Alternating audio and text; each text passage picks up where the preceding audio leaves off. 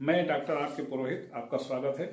पिछले व्याख्यान में हमने मानवाधिकार क्या है, मानवाधिकार की आवश्यकता क्यों पड़ती है और संयुक्त राष्ट्र संघ के तत्वावधान में जिस मानवाधिकार की घोषणा की गई उसमें कौन कौन से प्रावधान थे, इनका हमने अध्ययन किया था। आज उसके आगे देखें।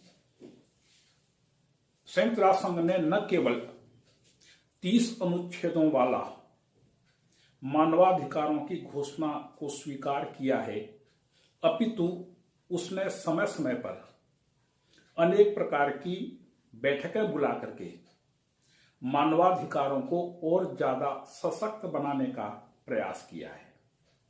इस संदर्भ में यूनाइटेड नेशंस ने छोटे बच्चों के अधिकारों के लिए, महिलाओं के अधिकारों के लिए, अप्रवासी लोगों के अधिकार के लिए, शरणार्थियों के लिए विभिन्न प्रकार के अभिसमय तैयार किए हैं।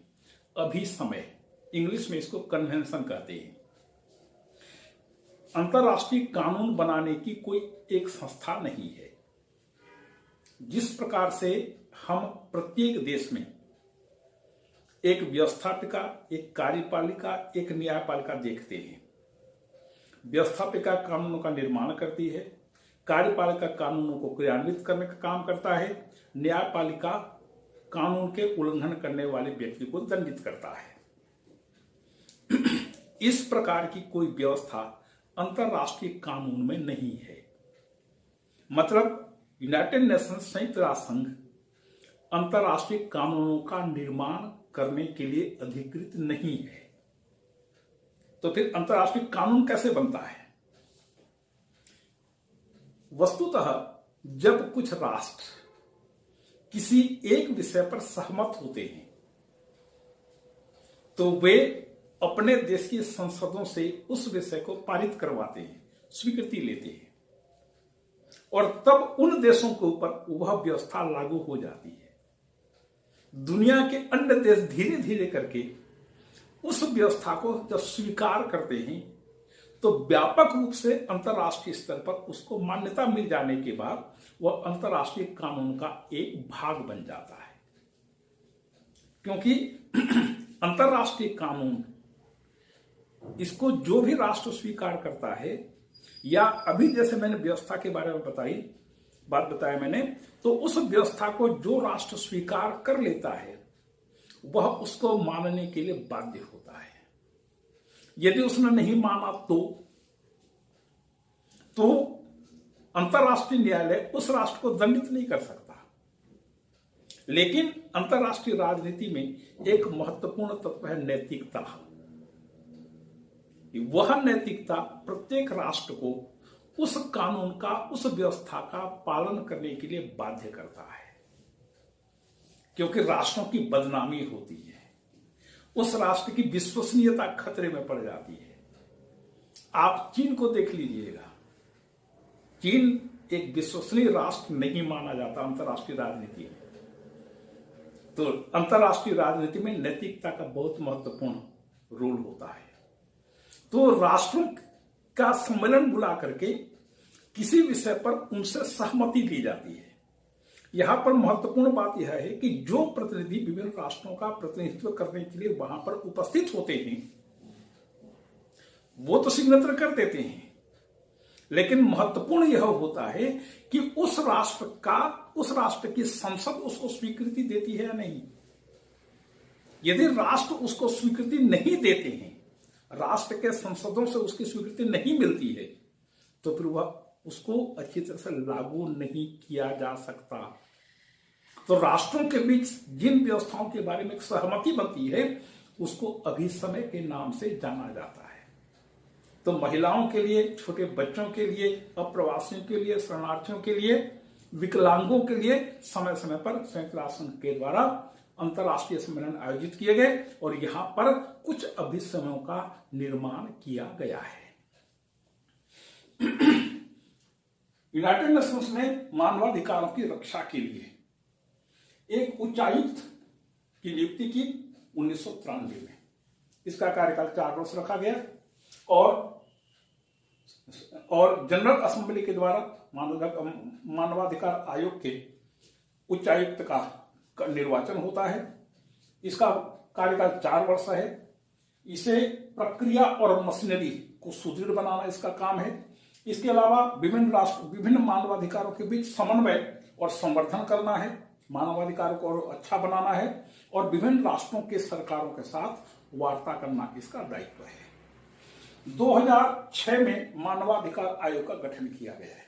इस मानवाधिकार आयोग के 47 सदस्य होते हैं, जो जनरल असेंबली के द्वारा, साधारण सभा के द्वारा 3 वर्ष के लिए निर्वाचित किए जाते हैं। इसका काम है मानवाधिकार को संरक्षित करना और उसको संवर्धित करना। तो ये मानवाधिकार आयोग जो है, यह पूरी दुनिया में जहां कहीं भी मानवाधिकारों का हनन होता है तो उस स्थान पर वह अपने प्रतिनिधि भेजता है, उस क्षेत्र की पूरी जानकारी एकत्र करता है और अपनी रिपोर्ट मानवाधिकार आयोग की बैठक में रखता है। आयोग में उस पर विचार विमर्श होता है। विचार विमर्श होने के बाद फिर वहां पर प्रस्ताव पारित किए जाते हैं और इन प्रस्तावों को सिफारिश के रूप में आयोग उन राष्ट्रों की सरकारों के पास भेजता है। इन सिफारिशों को मानना या न मानना प्रत्येक राष्ट्र की इच्छा पर निर्भर करता है।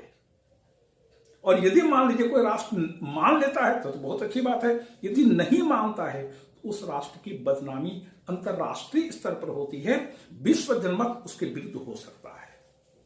तो राष्ट्र इस चीज से घबराते हैं और उस व्यवस्था को मानने का पूरा प्रयास करते हैं, क्योंकि राष्ट्र संप्रभु हैं।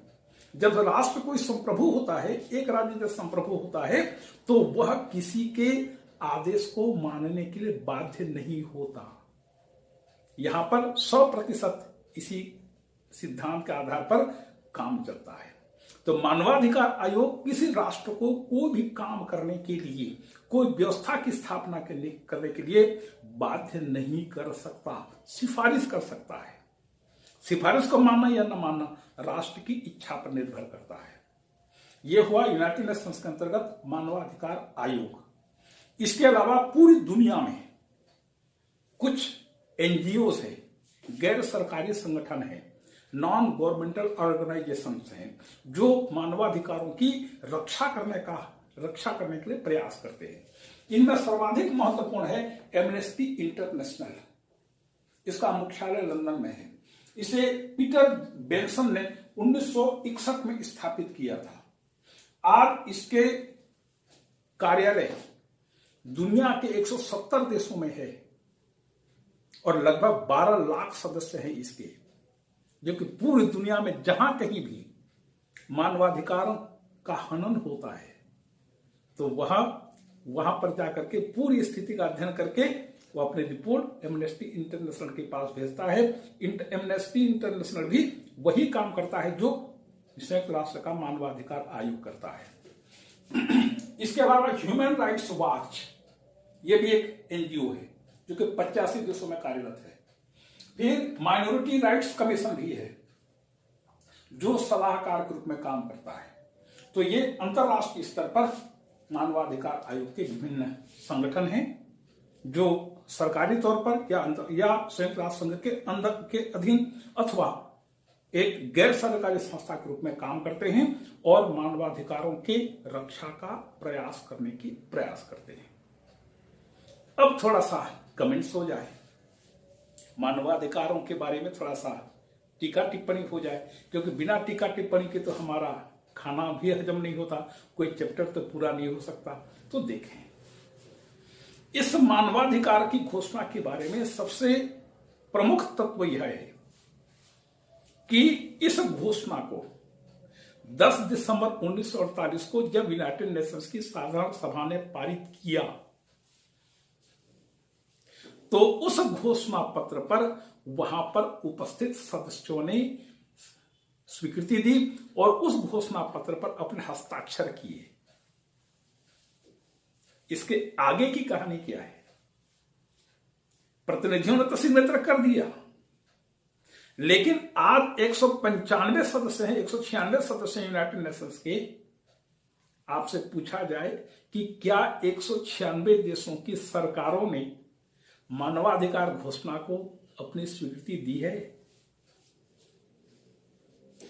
196 में से मुश्किल से 25-30 राष्ट्रों ने ही इस पर अपनी स्वीकृति दी है। बाकी आज तक दुनिया के बाकी देशों ने इसको अभी तक स्वीकार नहीं किया है।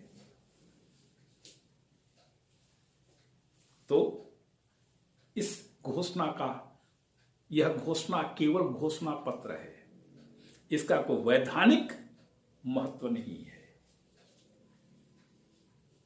और एक महत्वपूर्ण बात, जब यह इसका वैधानिक महत्व नहीं है तो फिर किसी राष्ट्र को आप मानवाधिकार के उल्लंघन होने पर उसको ठीक करने के लिए बाध्य नहीं कर सकते, क्योंकि एक राष्ट्र अपने नागरिकों को जो भी अधिकार देता है वह सब राष्ट्र के कानून के अंतर देता है, राष्ट्र की कानूनी व्यवस्था या शासन व्यवस्था के अनुसार देता है।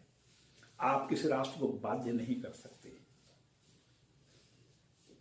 यहां पर एक महत्वपूर्ण बात और है कि मानवाधिकार की घोषणा में कहा गया है कि हर राष्ट्र अपनी शासन व्यवस्था के अनुरूप अपने नागरिकों को मानवाधिकार प्रदान करेगा। शब्द क्या है? अपने राष्ट्र की व्यवस्था के अनुरूप। अब जैसे प्रजातांत्रिक राष्ट्र हैं, ये प्रजातांत्रिक राष्ट्र अपने नागरिकों को प्राय सभी प्रकार के अधिकार और स्वतंत्रताएं देते हैं, वहां पर कोई समस्या नहीं है। लेकिन क्या साम्यवादी देश, तानाशाही व्यवस्था वाले देश अपने नागरिकों को मानवाधिकार देते हैं?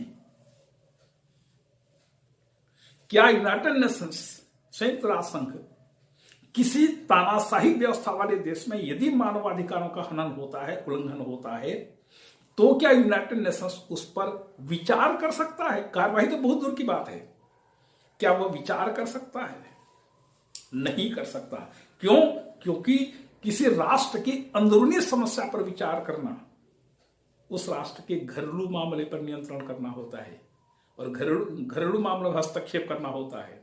और संयुक्त राष्ट्र संघ किसी राष्ट्र के घरेलू मामले में हस्तक्षेप नहीं कर सकता। हर राष्ट्र की जनता को या हर राष्ट्र को यह अधिकार है कि वह अपनी एक व्यवस्था की स्थापना करे।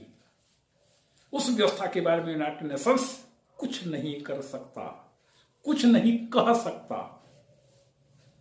अब जैसे अरब देशों में कानून बहुत कठोर है, चोर के हाथ काट दिए जाते हैं, तो क्या इन अरब देशों में यदि किसी चोर के हाथ काट दिए जाते हैं तो क्या यह मानवाधिकारों का उल्लंघन है?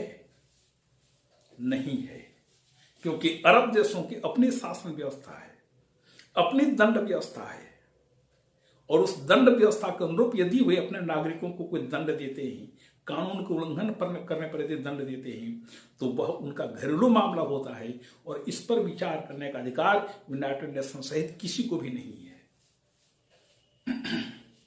साम्यवादी देशों में जहां विचार अभिव्यक्ति की स्वतंत्रता बिल्कुल नहीं रहती,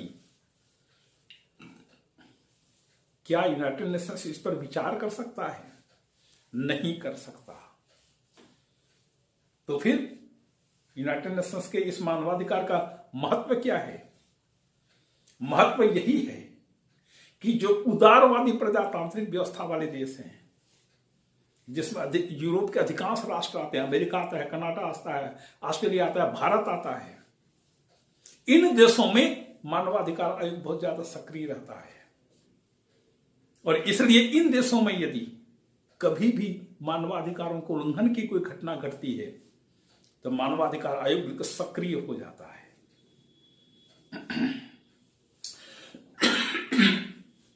यहां पर एक प्रश्न उठता है, मान लीजिए चीन में मानवाधिकारों का उल्लंघन हो रहा है,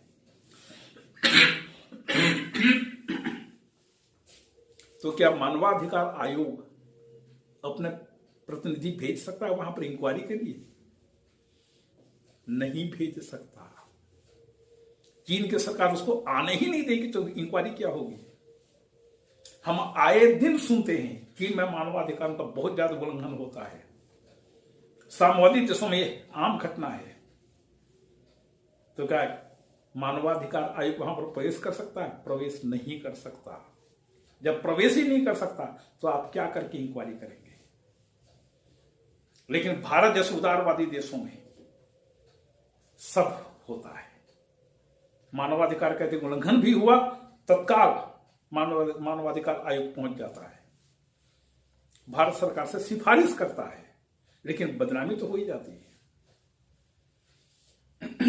तो मानवाधिकारों का यह घोषणा पत्र, इसका कोई वैधानिक महत्व नहीं है, यह घोषणा मात्र है।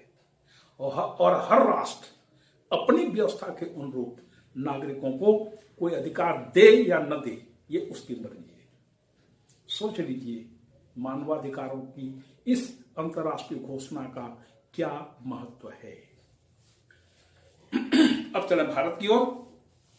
भारत में संविधान के अंतर्गत 6 प्रकार के मौलिक अधिकार तय किए गए हैं और ये 6 प्रकार के मौलिक अधिकारों को यदि विस्तार से देखा जाए तो वो सभी अधिकार इस 30 अनुच्छेदों में व्याप्त हो सकते हैं। और भारत की व्यवस्था ऐसी है कि भारत में नागरिक जितने अधिकारों का प्रयोग करते हैं और जिस तरह से अधिकारों का प्रयोग करते हैं, पूरी दुनिया के किसी भी देश में नागरिक उस तरह से अधिकारों का प्रयोग नहीं करते।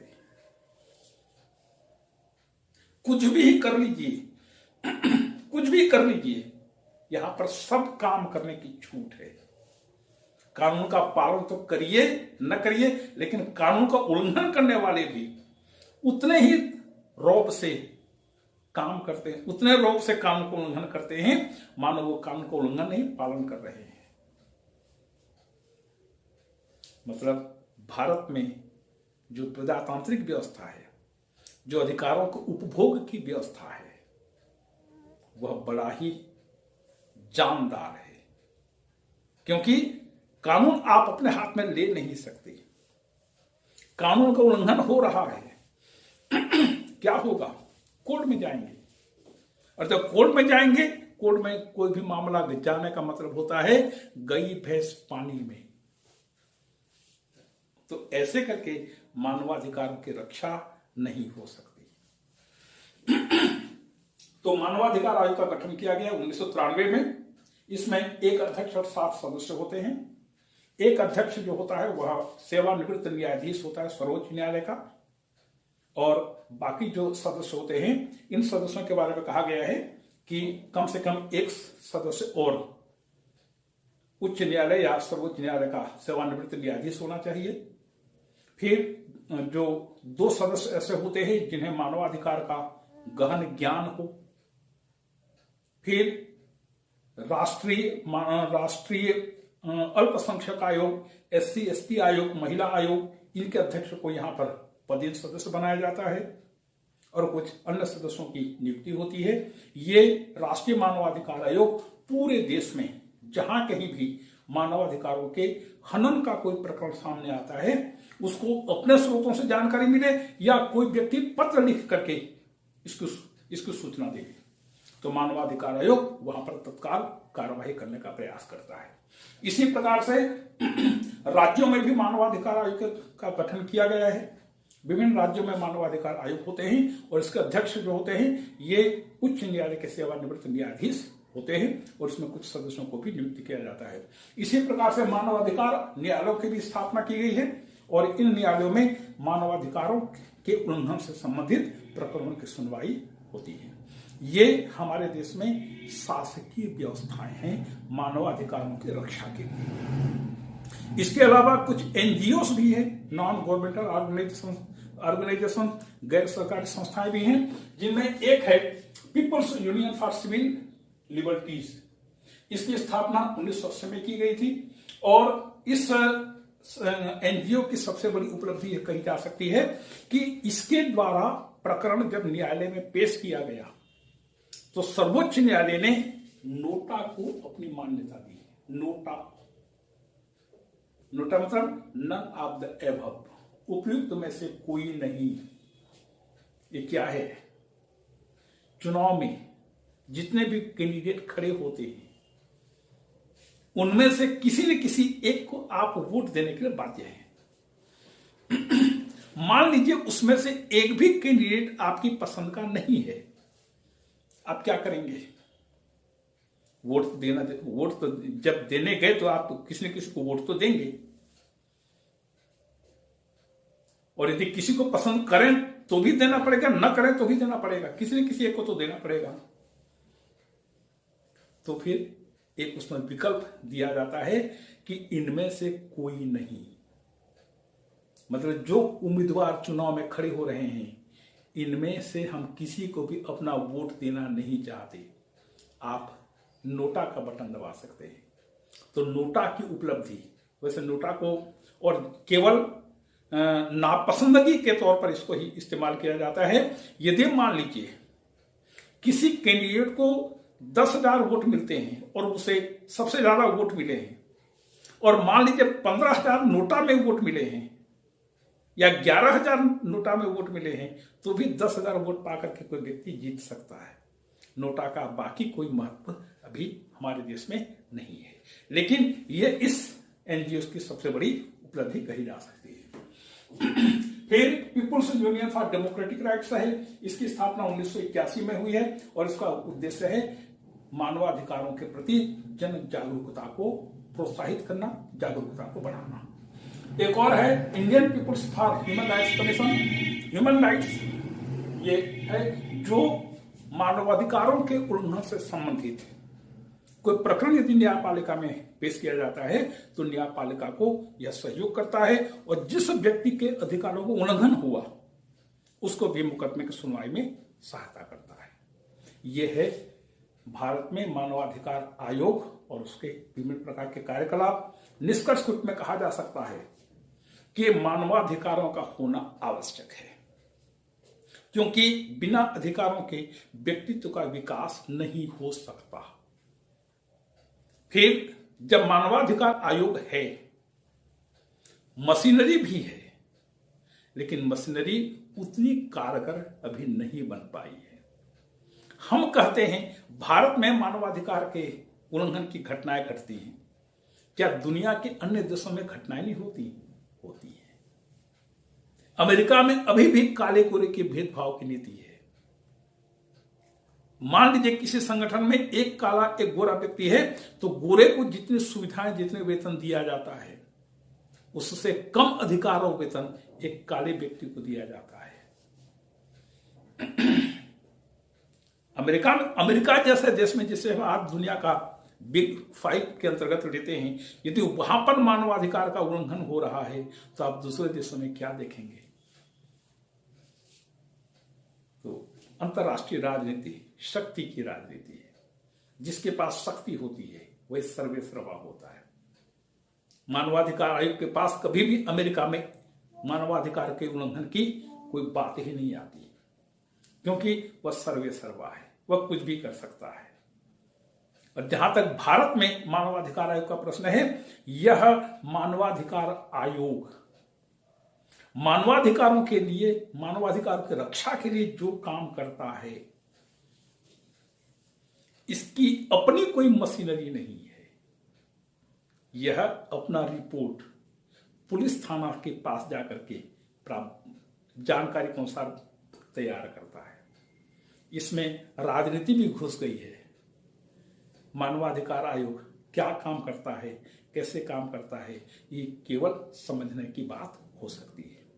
तो मतलब यह है कि मानवाधिकार का होना आवश्यक है।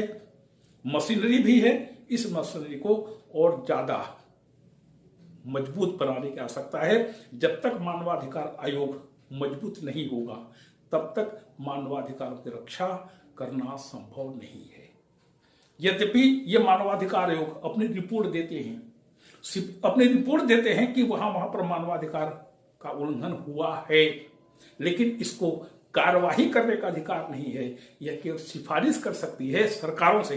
मानवाधिकार आयोग भी मुकदमा नहीं चलाता, यह अपनी सिफारिश सरकार को भेजता है कि यहां पर मानवाधिकारों का उल्लंघन हो रहा है, आप इसको ठीक करिए। ठीक करना या न करना सरकार का काम होता है। ये है मानवाधिकार आयोग और मानवाधिकारों की विस्तृत जानकारी। इसी के साथ ये अध्याय समाप्त हुआ। आपको धन्यवाद।